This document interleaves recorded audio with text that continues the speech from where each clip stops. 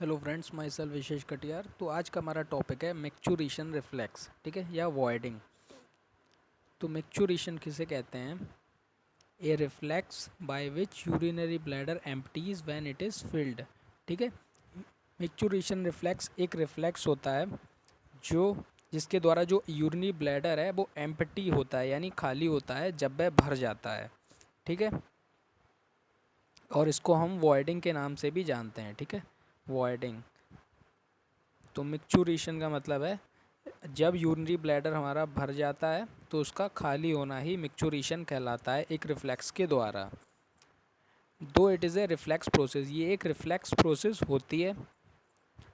Adults में ये control की जाती है वॉलंटरली। ठीक है, यानी ये अपनी इच्छा के कुछ एक्सटेंट तक क्या है, ये वॉलंटरली कंट्रोल की जाती है एडल्ट्स में। ठीक है, मतलब अपनी इच्छा के अनुसार कंट्रोल की जाती है।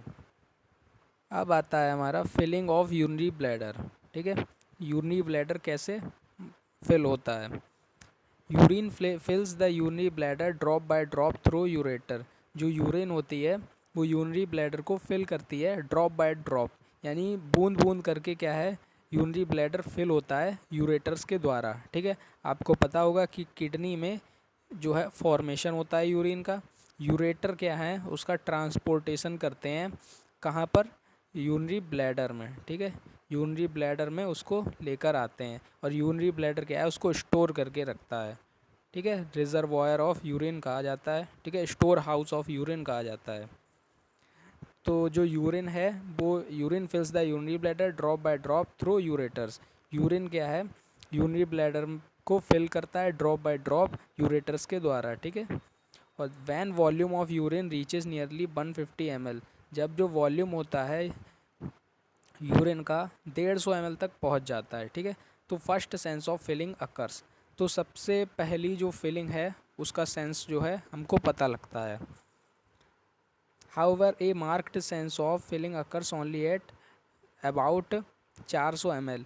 लेकिन क्या होता है, जब हमें फीलिंग कब होती है, उसमें एक मार्क्ड सेंस कब हमें पता चलता है, जब उसमें 400 ml तक क्या है, फीलिंग हो जाती है यूरिनरी ब्लैडर में। ठीक है, और there is a threshold level, और वहाँ पर यूरिन के वॉल्यूम का एक थ्रेशोल्ड लेवल होता है। ठीक है, यानी कि उस लेवल उस वॉल्यूम तक ही जब यूरिन फिल होगा उसमें, तो हमको क्या है, मैक्चुरेशन रिफ्लेक्स जो है तैयार होगा। This threshold level adjusted by higher centres of micturition. ये जो थ्रेशोल्ड लेवल है ये एडजस्ट किया जाता है जो हायर सेंटर्स होते हैं मैक्चुरेशन के, उनके द्वारा। ठीक है, अब देख लेते हैं सेंटर्स कौन कौन से होते हैं मैक्चुरेशन के। ठीक है, सेंटर्स फॉर मैक्चुरेशन, एक तो होते हैं स्पाइनल सेंटर्स और एक होते हैं हायर सेंटर्स। स्पाइनल सेंटर्स जैसा कि नाम से ही ये क्लियर है, यानी कि स्पाइनल कॉर्ड्स में होते हैं। कौन से रीजन में? Located in sacral and lumbar segments. Sacral और लंबर सेगमेंट्स में प्रेजेंट होते हैं स्पाइनल सेंटर्स, और इनका काम होता है controlled by higher centres of brain, और ये ब्रेन के हायर सेंटर्स के द्वारा कंट्रोल किए जाते हैं। ठीक है, और हायर सेंटर्स जो ब्रेन के होते हैं उनमें होते हैं फैसिलिटेटरी और इनहिबिटरी सेंटर्स। ठीक है, फैसिलिटेटरी सेंटर क्या होते हैं, पोंटाइन रीजन में प्रेजेंट होते हैं और पोस्टीरियर हाइपोथैलेमस में प्रेजेंट होते हैं। और जो इनहिबिटरी सेंटर होते हैं वो प्रेजेंट होते हैं मिड ब्रेन में। ठीक है, तो ये थे हमारे सेंटर्स मैक्चुरेशन के। अब आता है pathway for of micturition reflex. Micturition reflex का पाथवे क्या है? ठीक है, तो सबसे पहला point, when the volume of urine in the bladder reaches nearly about 400 ml intravesical pressure increases. ठीक है, जब जो वॉल्यूम होता है यूरिन का ब्लैडर में नियरली 400 ml के आसपास पहुंच जाता है। ठीक है, 400 ml के आसपास जो है वॉल्यूम यूरिनरी ब्लैडर में पहुंच जाता है, तो इंट्रावेसाइकल प्रेशर यानी जो यूरिनरी ब्लैडर के अंदर जो प्रेशर है, यानी यूरिनरी ब्लैडर के अंदर प्रेशर क्या है, बढ़ जाता है, इंक्रीज़ कर जाता है। तो जब प्रेशर इंक्रीज़ कर जाता है तो जो ब्लैडर की बॉल है वो स्ट्रेच कर जाती है, खिंचने लगती है। ठीक है, तो और जब वो खिंच जाती है तो वहाँ पर स्ट्रेच रिसेप्टर्स प्रेजेंट होते हैं ब्लैडर की बॉल पर, वो एक्टिवेट हो जाते हैं। ठीक है, चौथा पॉइंट है sensory signal is given to spinal centres, और इसी के द्वारा जहाँ पर जो हमारे स्ट्रेच रिसेप्टर्स प्रेजेंट थे वहाँ से सेंसरी सिग्नल दिया जाता है स्पाइनल सेंटर्स को। किसके द्वारा? Sensory fibres of parasympathetic nerve. ठीक है, sensory fibres of parasympathetic nerves के द्वारा जो स्ट्रेच रिसेप्टर्स थे वो स्ट्रेच हुए थे, वहाँ से सेंसरी सिग्नल दिया जाता है स्पाइनल सेंटर्स को।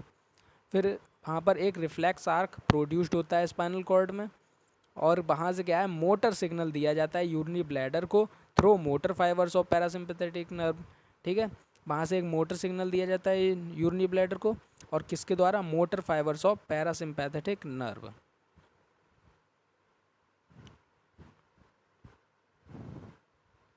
फिर आता है 7th point, as a result of parasympathetic activity.